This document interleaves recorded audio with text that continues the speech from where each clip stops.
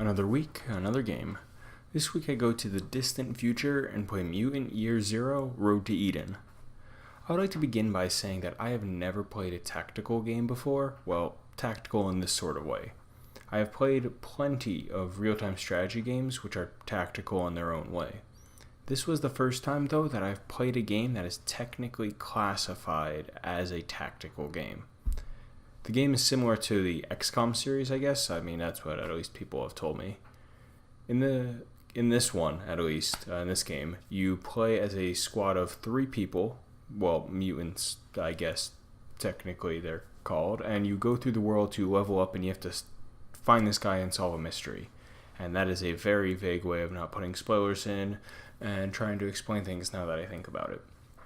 You level up by fighting enemies in turn-based combat, which is started by either an ambush on the player's end or walking into the sight of the enemy. There is a lot of strategy to goes into this game, and I mean that's probably why it's considered a tactical one. Do you go stealth and try to take out an enemy using silent weapons, or do you make some noise, draw a bunch in, and try to take them out that way? Do you block their vision, and yours, with a smoke grenade, or do you use a hand grenade to cause a lot of damage? Which mutations do you use as your major, minor, and passive abilities before each fight to maximize your efficiency? Which enemy do you even go after first? Who are you really, and why are you here? Okay, that last one was a bit of a stretch, but the point is that you have to think a lot before each fight. The story is what really draws me in, though, and keeps me interested outside of this wonderful turn-based combat. It really makes you want to know what's going to happen next, and even when I think something is predictable, the game goes with the less used option D that's not typically used but always a possibility and never really thought about. One of my favorite bits in this game is the different references that there are to what would be considered modern technology, but they have no idea what it is. For example, there's an artifact, one of the items you can collect in the game, that's called a hipster fruit tester, which is an iPod, and it's really funny seeing the characters try to figure out what this iPod really is, but not knowing that it's an iPod or anything about it.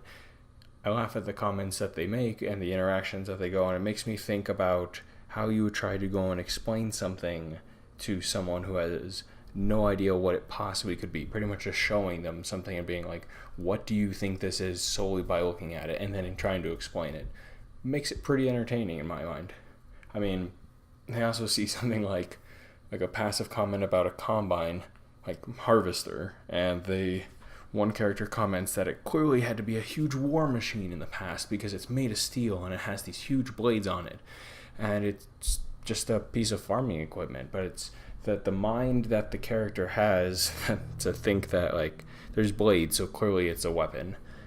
And that's just what I find funny. I mean, the whole thing is fantastic. I love it from start to finish. I really don't have anything to critique about it except, that I suck at turn-based combat. And I've learned that now, thanks to this game. But overall, if you like turn-based combat and you like tactical games and you like that sort of stuff, absolutely go and play this game. It's fantastic.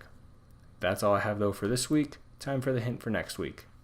After many years, it is finally time to head below. See you next week.